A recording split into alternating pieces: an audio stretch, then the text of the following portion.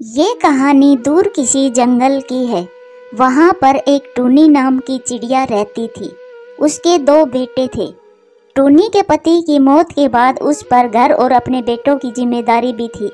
उसे अपने बच्चों का अकेले ही पालन पोषण करना था, उसे भोजन भी लाना था और अपना घर भी संभालना था।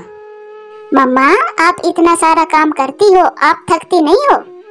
नहीं मेरे बच्चों, जब मैं थकी हारी घर आती हूँ तो तुम दोनों को हंसते खेलते देख मेरी सारी थकान मिट जाती है। मम्मा, जब हम बड़े हो जाएंगे तब हम आपको इतनी सारी खुशियाँ देंगे कि आप अपना सारा दुख भूल जाओगी। जब मैं बुढ़ी हो जाऊंगी और आप जवान, तब आप अपनी बूढ़ी माँ को भूल मत जाना। आप दोनों को पालने में मैंने बहुत कठिनाइयों का सामना करना पड़ा है। अब मैं आपके लिए भोजन ले आऊं। आप घर पर ही रहना, कहीं बाहर मत जाना। फिर टूनी चिड़िया हर रोज की तरह भोजन लेने चली जाती है। वो चिड़िया अपने बच्चों के लिए अच्छे से अच्छा भोजन लाती। वो ना धूप देखती ना छाव, ना ही अपने सेहत की परवाह किए बिना अपने बच्चों के लिए सब काम करती। ऐसे ही समय गुजरता गया। वो दोनों बच्चे बड़े हो जाते हैं, वो जवान हो जाते हैं। मम्मा, अब इस जंगल में करने के लिए कोई अच्छा कारोबार नहीं है। इसीलिए मम्मा, मैंने सोचा है मैं दूर दूसरे जंगल में चला जाऊं और खूब पैसे कमाऊं। एक माँ अपने बेटे को दूर नहीं करना चाहती, लेकिन कुकू बेटा, आपकी यही इच्छा है तो जाओ मेरे बेटे, मैं आपको नहीं रोकूंगी। ऐसे टूनी चिड़िया का बड़ा बेटा ज्यादा पैसा कमाने के लिए दूसरे जंगल में चला जाता है और फिर कुछ दिनों के बाद टूनी चिड़िया अपने छोटे बेटे की शादी करवा देती है। बहू, अब मैं बूढ़ी हो गई हूँ, अब मैं घर की जिम्मेदारियाँ नहीं निभा सकती। बेटा, अब से इस घर की सारी जिम्मेदारियाँ मैं आपको सौंपती हूँ। अब आप ही देखो क्या करना है और क्या नहीं। हाँ बाबा ना, मुझसे नहीं होंगे ये घर के काम काज। मैं तो अपने घर पर बहुत लाड प्यार से पली बड़ी हूँ। मैं तो जब तक नदी पर 2-4 घंटे नहीं खेल लेती तब तक मुझे रात को नींद ही नहीं आती। माँ जी, आप ही देखो अपना काम, मुझसे नहीं होगा कुछ भी। चिंकी, माँ से ऐसे बात करते हैं? तो फिर कैसे बात करते हैं जी? मैंने आपको सब कुछ शादी से पहले ही बता दिया था, मुझसे काम काज नहीं होते। अच्छा, तुम दोनों चुप हो जाओ, मेरी वजह से लड़ाई मत करना। बेटा, मैं करती आई हूँ काम, अब भी कर लूंगी। फिर दरवाजे पर दस्तक होती है। जी बताइए, क्या काम है? ये आपकी चिट्ठी है, विदेश से आई है। बड़े भैया ने भेजी होगी चिट्ठी, माँ को सुनाता हूँ। मम्मा, बड़े भैया की चिट्ठी आई है। मेरे बेटे की चिट्ठी आई है, मुझे जल्दी से पढ़कर सुनाओ, वो ठीक तो है ना? मम्मा और छोटे, मैं यहाँ पर बिल्कुल ठीक हूँ। मैं बहुत शर्मिंदा हूँ और मेरी मजबूरी भी समझो। मुझे इस जंगल में रहने के लिए शादी करनी पड़ी और आप दोनों को बता भी नहीं सका। मम्मा, मुझे बताने का समय ही नहीं मिला, मैं बहुत मजबूर था, मुझे ये सब करना पड़ा। और छोटे, मम्मा का ख्याल रखना। मैंने जो पैसे भेजे थे वो मिल गए होंगे। मैं हर महीने माँ का खर्चा भेज दिया करूँगा। और मम्मा, मैं अभी वापस नहीं लौट सकता। मम्मा, जैसे ही मुमकिन हुआ मैं जरूर मिलने आऊंगा। चिट्ठी सुनकर मम्मा चिड़िया रोने लग जाती है। कुकू, तुमने मुझे बताया भी नहीं और शादी भी कर ली, और महीने के खर्चे की मुझे क्या जरूरत है? मुझे तो आपकी जरूरत है मेरे बच्चे। और मेरे बेटे, आप पर क्या ही मजबूरी आ गई जो माँ के बिना ही जीना सीख लिया। माँ जी, पैसों की जरूरत आपको नहीं होगी, हमें तो है। बड़े भाई साहब अगर पैसे भेजता है तो क्या बड़ी बात है, हम भी तो आपको भोजन लाकर देते ही है ना। समय गुजरता गया। फिर एक दिन मम्मा चिड़िया इतना ज्यादा बीमार होती है कि वो मर जाती है। चिंकी, माँ ने बहुत दुख देखे और हम मम्मा को सुख ना दे सके। मम्मा का पूरा जीवन दुखों में ही गुजर गया। अब आप चुप हो जाओ, इसमें हमारा क्या दोष है? हम माँ को भोजन लाकर तो देते थे। 2 दाने भोजन का देकर हमने वो सब फर्ज अदा कर दिया जो माँ ने हमें पाल पोस कर इतना बड़ा किया। मैं रोज यही सोचता कि मैं आज अपनी माँ के पास बैठकर अपने मन की बात करूंगा और उसके मन की पूछूंगा, परंतु हर रोज यूं ही निकल जाता। मैं ऐसा नहीं कर पाया, ये अफसोस मुझे पूरी उम्र रहेगा। आपके दुख से नहीं मरी माँ जी, दुख तो उस बड़े भाई साहब का था जो विदेश में जाकर शादी कर ली और माँ जी को बताया तक नहीं। दरवाजे पर दस्तक होती है। ये कुछ रुपए और साथ में चिट्ठी है, दूसरे जंगल से आई है। लाओ, ये पैसे मुझे दे दो, मैंने अपने लिए बालियां बनवानी है। माँ घर में मरी पड़ी है और तुम्हें बालियां बनवाने की पड़ी है, कुछ तो शर्म करो चिंकी। मैंने थोड़े ही मारा माँ जी को, अगर माँ जी के दोनों बेटे लायक होते तो माँ जी ऐसे ना मरती। अच्छा तो अब चिट्ठी में पढ़ो क्या लिखा है इसमें। मम्मा मैं इस साल भी नहीं आ सकूंगा। माँ मैं बहुत मजबूर हूँ। मेरी पत्नी की मम्मा बीमार है। मुझे काम पर भी जाना होता है और सासू माँ को डॉक्टर को दिखाना भी होता है। माँ अगले साल जरूर लौट कर आऊँगा। माँ मुझे माफ़ करना, परंतु माँ मैं आपका खर्चा हर महीने भेजता रहूँगा। और चिक्कू माँ का ख्याल रखना। चिंकी मैं भैया को चिट्ठी लिखकर बता देता हूँ कि माँ तो मर गई है। नहीं नहीं, ऐसा ना करना। अगर तुम ऐसा करोगे तो भाई साहब पैसा भेजना बंद कर देगा, फिर हमारा खर्चा कैसे चलेगा। और फिर चिक्कू भी अपनी पत्नी की बातों में आ जाता है और अपने भाई को कुछ नहीं बताता। ऐसे ही समय गुजरता गया। हर महीने डाकिया आता और चिट्ठी और पैसे दे जाता। चिक्कू चिट्ठी पढ़ता और पैसे वो दोनों पति पत्नी खर्च कर लेते। अगर भैया को पता चल गया कि माँ जी तो 1 साल पहले ही मर गई थी, तो वो क्या सोचेगा हमारे बारे में। अगर तुम्हारे बड़े भाई में इतनी ही समझ होती तो वो आज दूसरे जंगल में न होता। उसे अपनी सासू माँ की तो इतनी चिंता है और जन्म देने वाली माँ की कोई चिंता नहीं है। अगर उसे अपनी माँ की ही इतनी चिंता होती तो वो एक बार मिलने जरूर आता। आप मेरी बात सुनो ध्यान से, जब तक फ्री के पैसे मिल रहे हैं मिलने दो। टूनी का बड़ा बेटा तो कमाई करने में इतना बिजी हो गया कि उसे कुछ पता ही नहीं था। वो दूसरे जंगल में ही अपना घर बना लेता है और खूब पैसे कमाता है। एक दिन उसको अपने जंगल का ही मिठू तोता मिल जाता है। वो भी आया हुआ था उसी जंगल में। मिठू अंकल आप यहाँ कैसे आए आप। कुकू मैं भी काम की तलाश में आया था। मुझे यहाँ आए हुए अभी कुछ ही दिन हुए हैं। मिठू अंकल मेरे घर पर मेरी माँ और मेरा छोटा भाई ठीक है। कई दिनों से घर नहीं जा पाया हूँ मैं। ये सुनकर मिठू खामोश हो जाता है। मिठू अंकल कुछ बोलो भी, मेरी माँ कैसी है। मैं हर महीने पैसे भेजता हूँ माँ के लिए। कुकू तुम्हारी माँ को मरे हुए पूरा 1 साल हो गया है और तुम्हारे छोटे भाई की पत्नी ने बहुत अत्याचार किया तुम्हारी माँ पर। घर का सारा काम तुम्हारी बूढ़ी माँ से ही करवाती थी। क्या ये आप क्या कह रहे हो मिठू अंकल। तो फिर छोटा मुझसे पैसे क्यों लेता रहा। क्योंकि वो भी अपनी माँ से बढ़कर पैसे से ही प्यार करता था। जैसे तुम्हें इतना दुख माँ के मरने का नहीं हुआ जितना पैसों का हुआ है। इतना कहकर मिठू वहाँ से चला जाता है। पिंकी मुझे कुछ दिनों के लिए अपने जंगल जाना होगा। क्यों, क्या हुआ, सब ठीक तो है। माँ मर गई है और छोटा माँ के खर्चे का पैसा लेता रहा मुझसे। मुझे छोटे से हिसाब करना है जाकर। फिर देर क्यों कर रहे हो, आप आज ही जाओ। और हाँ, जिस दिन माँ जी मरी है उस दिन से लेकर अब तक जितने भी पैसे बने हैं वो सब वापस लाना। फिर कुकू वापस अपने जंगल में आ जाता है। भैया माँ मर गई, हमें छोड़कर चली गई माँ। छोटे मुझे पता चल गया है इसीलिए मैं आया हूँ। और तुमने मुझे इसलिए नहीं बताया कि तुम माँ जी के पैसे ले लेकर खाते रहो। मैं भी तुमसे अपना हिसाब करने आया हूँ। अच्छा मैं तो समझा माँ का सुनकर आए हो। फिर कुकू जंगल में पंचायत इकट्ठी करता है और दोनों भाई अपनी अपनी बात रखते हैं। जिस फैसले के लिए आपने इस पंचायत को बुलाया है मुझे बताते हुए शर्म आ रही है। जिस दिन तुम दोनों को उठना भी नहीं आता था तुम्हारा पिता मर गया था। उस माँ ने अकेले ही तुम दोनों को पाला और जो सिला तुम दोनों ने अपनी माँ को दिया हमें तो घिन आती है तुम्हें ये कहते हुए कि तुम उसी माँ के बच्चे हो। जाओ दफा हो जाओ तुम दोनों यहाँ से। कहीं ऐसा ना हो कि हम तुम जैसे पक्षियों को अपने जंगल से ही निकाल दे। लेकिन मैं तो हर महीने खर्चा भेजता था माँ जी का, तो फिर मैं भी तो भोजन ला कर देता था माँ जी को। ऐसी संतान होने से अच्छा है कि हम निसंतान ही रहे। अपने माता पिता को बहुत ज़्यादा प्यार करो। 2 दाने या महीने का खर्चा दे देने से माँ बाप का कर्जा नहीं उतरता। और ना ही ऐसे कह देने से कि माँ जी कैसी हो, पिताजी कैसे हो, बल्कि उनके पास कुछ देर बैठो, उनसे बातें करो। जैसे आप छोटे थे और बातों को समझते भी नहीं थे, तब आपकी माँ आपको छाती पर लिटाकर घंटों बातें किया करती थी।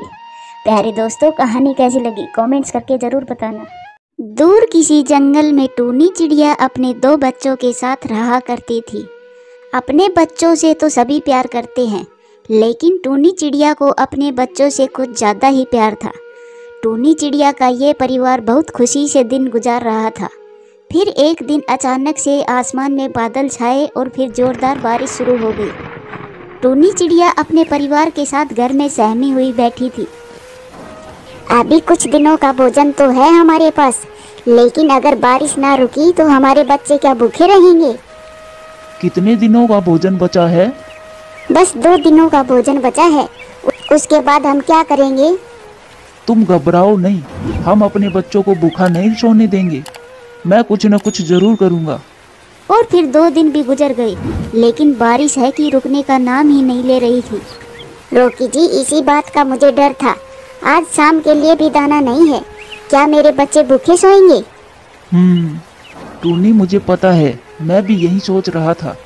अगर बारिश के डर से हम घर में ही बैठे रहेंगे तो हमारे बच्चे रात को क्या खाएंगे। तुम अब मुझे रोकना मत, मैं अभी जाता हूँ, बच्चों के लिए कुछ न कुछ जरूर लेकर आऊँगा।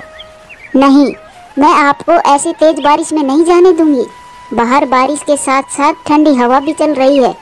आप कैसे उड़ पाएंगे इतनी तेज हवा में? और वैसे भी आपने तो आज भी दाना नहीं खाया। आप कितना भी छुपा लो, लेकिन मुझे सब पता है। और अब तो आपको भूख भी लग रही होगी। टूनी, मेरी जिंदगी मेरे बच्चे और मेरी पत्नी है। मेरा वजूद तुम सब हो। अगर मेरी आंखों के सामने तुम्हें कुछ भी हो तो मैं कैसे देख पाऊंगा। अब मुझे जाना ही होगा। बारिश का कुछ पता नहीं कितने दिन और रहेगी। तुम उम्मीद जरूर रखना, मैं वापस आऊंगा। मुझे कुछ नहीं होगा। मेरे इन छोटे छोटे बच्चों को भूखा नहीं देख सकता। रॉकी जी, आप अपना ध्यान रखना, मैं इंतजार करूंगी।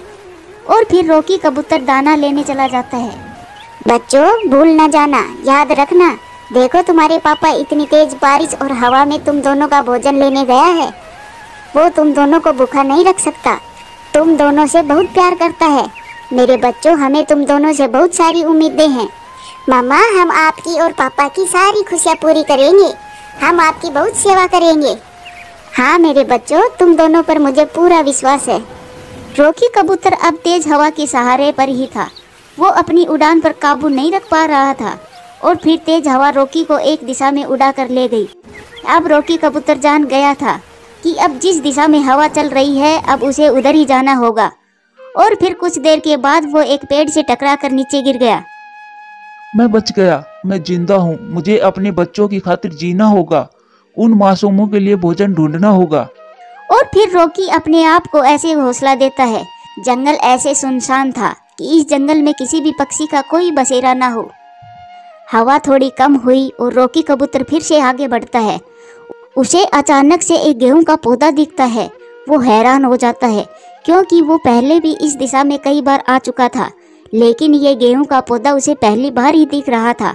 फिर रॉकी ने वो गेहूं का पौधा लिया और तेज हवा से लड़ते हुए शाम होने से पहले ही अपने घर पर पहुंच गया और उसकी पत्नी उसका बेसब्री से इंतजार कर रही थी। आप आ गए। मुझे आप पर पूरा विश्वास था कि आप कुछ न कुछ जरूर लेकर आओगे। टूनी, तुम जल्दी से इन बालियों से गेहूं निकालकर मेरे प्यारे प्यारे बच्चों को खिलाओ। मेरे बच्चे भूखे हैं। पापा, आपको ठंड लग रही है? नहीं मेरे बच्चों, मैं ठीक हूँ। फिर दोनों बच्चे दाना खाकर सो जाते हैं। अपने बच्चों को भरपेट खाना खिलाकर सोता देख माँ और पापा के दिल को बहुत शांति मिलती है। फिर 2 दिन ऐसे ही गुजर गए, लेकिन अगली सुबह बहुत सुंदर धूप निकली हुई थी। चारों तरफ पक्षियों के चहकाने की आवाज आ रही थी। फिर ऐसे ही कुछ समय गुजर गया और वो बच्चे बड़े हो गए। माँ, मेरी बात का बुरा ना मानना, मैं आपका बड़ा बेटा हूँ, लेकिन क्या सारी जिम्मेदारी मेरी ही है? चीकू को तो चाहिए ना थोड़ा सा दाना घर पर लेकर आई। अगर मैं पापा के लिए दाना लाया करूं तो वो कम से कम आपके लिए तो दाना लाया करे। शाबाश मेरे बच्चे, आज तुमने आखिरकार अपने मन की बात बोल ही दी कि हम बोझ है तुम पर। और उसी समय छोटा बेटा चीकू भी आ जाता है। चीकू, सुन लो अपने भाई की बात, ये कुछ कहना चाहता है तुमसे। माँ, मुझे पता है ये क्या कहना चाहता है। दाने के अलावा भी और काम होते हैं, और मैं कौन कौन से काम करूं? अगर ये अपनी जगह दुखी है तो मैं भी खुश नहीं हूँ। अरे कुछ तो शर्म करो तुम अपनी माँ से ऐसी बातें क्यों कर रही हो? अगर तुम दोनों हमारे लिए दाना ना ला सको तो हमारा दिल भी ना दुखाओ। ये बातें सुनने से अच्छा है कि हम भूखे ही मर जाएं। पापा, इसमें क्या दिल दुखाने वाली बात है? सच ही तो कहा है। वो सच आपसे बर्दाश्त नहीं हो रहा। इतना कहकर बड़ा बेटा वहाँ से चला जाता है और छोटा बेटा भी चला जाता है। क्या कुछ नहीं किया अपनी औलाद को पालने में? शायद कोई कमी रह गई हम दोनों से। टूनी, तुम दिल छोटा ना करो। बस ये सब तो हमारे भाग्य में ही था, वरना कमी तो कुछ नहीं छोड़ी थी हमने। टूनी चिड़िया और रॉकी ने अपने बच्चों को पालने में ना धूप देखी, ना छाव, ना सर्दी, ना गर्मी। आज वही बच्चे अपने माँ बाप को अपने ऊपर बोझ समझने लगते हैं। माँ, तुम पापा से बात करना, मैं आपको अच्छे से दाना पानी दे सकता हूँ और मैंने अपने लिए अलग से घर भी बना लिया है। तुम मेरे साथ रहो और पापा चीकू के साथ रह लेगा। मैं भी दोनों का खर्चा नहीं उठा पाऊंगा। बेटा, तेरे पापा मुझसे अलग नहीं रह सकता। लेकिन माँ, मुझे भी तो देखो ना, मैंने शादी कर ली है और मेरी पत्नी ने कहा है बस माँ को ही साथ लाना। आप दोनों को साथ रखना मेरे लिए भी मुश्किल हो जाएगा। प्लीज माँ, आप पापा को मना लो। ठीक है, मैं करती हूँ बात तेरे पापा से। और फिर टूनी चिड़िया रॉकी से सारी बात करती है। क्या चंद दानों के लिए हम एक दूसरे से अलग हो जाएं? ये दिन भी देखना बाकी रह गया था क्या? रॉकी जी, मेरी खातिर, आप मेरी खातिर मान जाइए। आप चिंता ना करना, हम मिल लिया करेंगे। हम दोनों दूर भले ही हो, लेकिन हमारा दिल तो पास ही है ना। और फिर ऐसे रॉकी कबूतर मान जाता है और कुकू अपनी माँ को साथ लेकर अपने घर चला जाता है। मिंकी, ये है मेरी माँ। नमस्ते माँ जी। खुश रहो बेटी। और फिर टूनी चिड़िया अपने बड़े बेटे के साथ रहने लगती है। चीकू, जो कि टूनी का छोटा बेटा था, जब शाम को घर आता है तो अपनी माँ को ना देखकर अपने पापा से पूछता है, पापा, मम्मा कहाँ है? फिर रॉकी कबूतर उसे सारी बात बताता है। सारे फैसले वो कुकू ही करेगा, मुझे भी हक है। मैं भी अपनी मर्जी की जिंदगी जीना चाहता हूँ। और फिर वो चिक्कू कुकू की तरफ चल देता है। माँ, तुम यहाँ आकर रहने लगी, मैं पापा के साथ नहीं रह सकता और आप यहाँ कुकू के पास आ गए हो। बेटा, हम दोनों बहुत मजबूर हैं। ये देखने से अच्छा है कि हम मर ही जाएं। हमारा तो जीवन ही बर्बाद है। हाँ, मेरी बात तो सबको बुरी लगती है। चीकू, तुम्हें बना बनाया घर मिल गया और तुम्हें क्या चाहिए? रहो उसमें। मुझे वो घर नहीं चाहिए। मैं वहाँ पापा के साथ नहीं रह सकता। मैं पापा के साथ बोर होता रहता हूँ। मैं भी जा रहा हूँ, मैं अपना घर खुद बना लूंगा। इतना कहकर चिक्कू भी वहाँ से चला जाता है। उधर रॉकी कबूतर उदास बैठा था। वो अपने वीरान घर को देख रहा था, जहाँ पर कभी खुशियाँ ही खुशियाँ थी। वो काफी समय तक बैठा बैठा सोचता रहता है, कभी अपने घर और कभी परिवार के बारे में। और फिर कुछ समय के बाद वो अपने बड़े बेटे कुकू के घर की तरफ चला जाता है। कुकू और उसकी पत्नी बाहर घूमने गए हुए थे। वो अभी तक घर नहीं आए थे। टूनी चिड़िया अकेली तन्हा बैठी थी। वो जैसे ही अपने पति को देखती है, रोने लग जाती है। मुझे पता था आप मेरे पास जरूर आएंगे। मैं तो ऐसी जिंदगी से तो मरना ज्यादा पसंद करूंगी। टूनी, तुम चिंता ना करो। हमारे पंख कमजोर जरूर है, लेकिन हम एक दूसरे की ताकत हैं। हम हौसला करके दूसरे जंगल चले जाएंगे। हमें अपने बच्चों से बहुत उम्मीद थी, लेकिन वो उम्मीद धरी की धरी रह गई। अब हमें इन दोनों को इनके हाल पर छोड़ देना चाहिए। ये खुश रहें, आबाद रहें, लेकिन हम दोनों अलग अलग नहीं रह सकते इस उम्र में। अगर साथ में जी ना सके तो साथ में मर जरूर जाएंगे। ऐसा कहकर रॉकी और टूनी चिड़िया एक सफर पर निकल पड़ते हैं। वो दोनों धीरे धीरे उड़कर दूसरे जंगल में पहुंच जाते हैं। वहां पर एक मिट्ठू तोता रहता था। वो बहुत अच्छा था। वो उनका दोस्त बन जाता है। मिट्ठू टूनी और रॉकी का घर बनाने में मदद करता है। उन दोनों का घोंसला पास पास था। मिट्ठू तोता रॉकी और टूनी की एक बेटे की तरह ही सेवा करता था। फिर वो खुशी खुशी रहने लगते हैं। प्यारे दोस्तों, कहानी कैसी लगी कमेंट्स करके ज़रूर बताना। और हाँ, चैनल पर नए आए हो तो चैनल को सब्सक्राइब जरूर करना। धन्यवाद।